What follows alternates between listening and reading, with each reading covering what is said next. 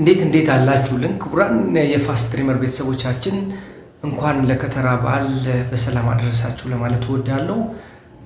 ጥምቀት ሲመጣ ደግሞ ፈታ ዘና የሚያስብሉ ብዙ ገጠመኞች ይከናወናሉ። ከዛ ውስጥ አንዱ ዘፈን መቻል አለመቻል ነው። የእናንተ ዘፈን የመቻል አቅማችሁ ከ10 ስንት ትሰጣላችሁ? በመጀመሪያ ግን እነዚህን 3 ቪዲዮዎች ላሳያችሁ። የመጀመሪያው አይናማ የፈቅራል ጎንደር ጋሸ በላው የፈራል አገር እንከና በቀለሽ ኦኬ። እነ አዶናይን ጨምሮ በጣም ብዙ በማህበራዊ ሚዲያው በንቃት የምናውቃቸው ልጆች ወደ ጎንደር ገብተዋል። ጎንደር ደግሞ ብዙ አይነት የእስክስታ ዘፈኖች የሚታዩባት ከመሆኑ አንጻር የተለያዩ ሀገር ዜጎችም እስክስታ ለመልመድ ጥረት ያደርጋሉ። እስኪ ይሄንኛው ነው እንመልከት።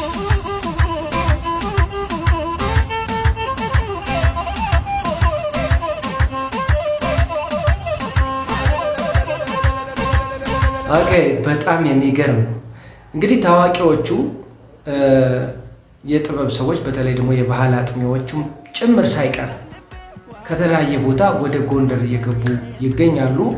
የበዓል ዝግጅት የጥምቀትን ዝግጅት ስንመለከት በጣም ብዙ ቦታ ብዙ ዝግጅት የተካሄደ ነው የሚገኘው። የከተራ በዓልን በድምቀት እየተከናወነ ነው የሚገኘው። ወጣቶቹ የጥምቀት በዓልን ለማሳመር ብዙ ጥረቶች እያደረጉ ነው።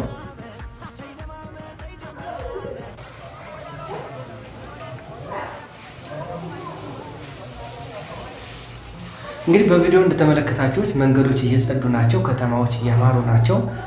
ሰው ዝግጅት እያደረገ ይገኛል ለጥምቀት ማለት ነው። በጥምቀት ቅድም ለመግለጽ እንደሞከርኩት ዘና ፈታ የሚባልበት ነው። የተለየ የጅንጀና ስልትም እንደሚቀየስ ሎሚም እንደሚወረወር ብዙዎች የምናውቀው ነው እና እስኪ እሱን ደግሞ እንመልከት። ይኸውልሽ እኮ ልጁ በእናትሽ አልረዳኝ አለ። ሳይሆን ታላዳ ይመስላል። ይሄ ነው እንደ ባለፈው ያልሽኝ ልጅ? አዎ ይሄ ነው። አልረዳኝ አለ። ይሄ ነው ትቢታው ምናልሽኝ? ያ እሱ ነው። ጠብቂኝ፣ አሁን ነው አናግረው በጣም እውነት። ይሄንኛው እንግዲህ በጣም የሚያስገርም ነበር፣ እንደተመለከታችሁት ነው።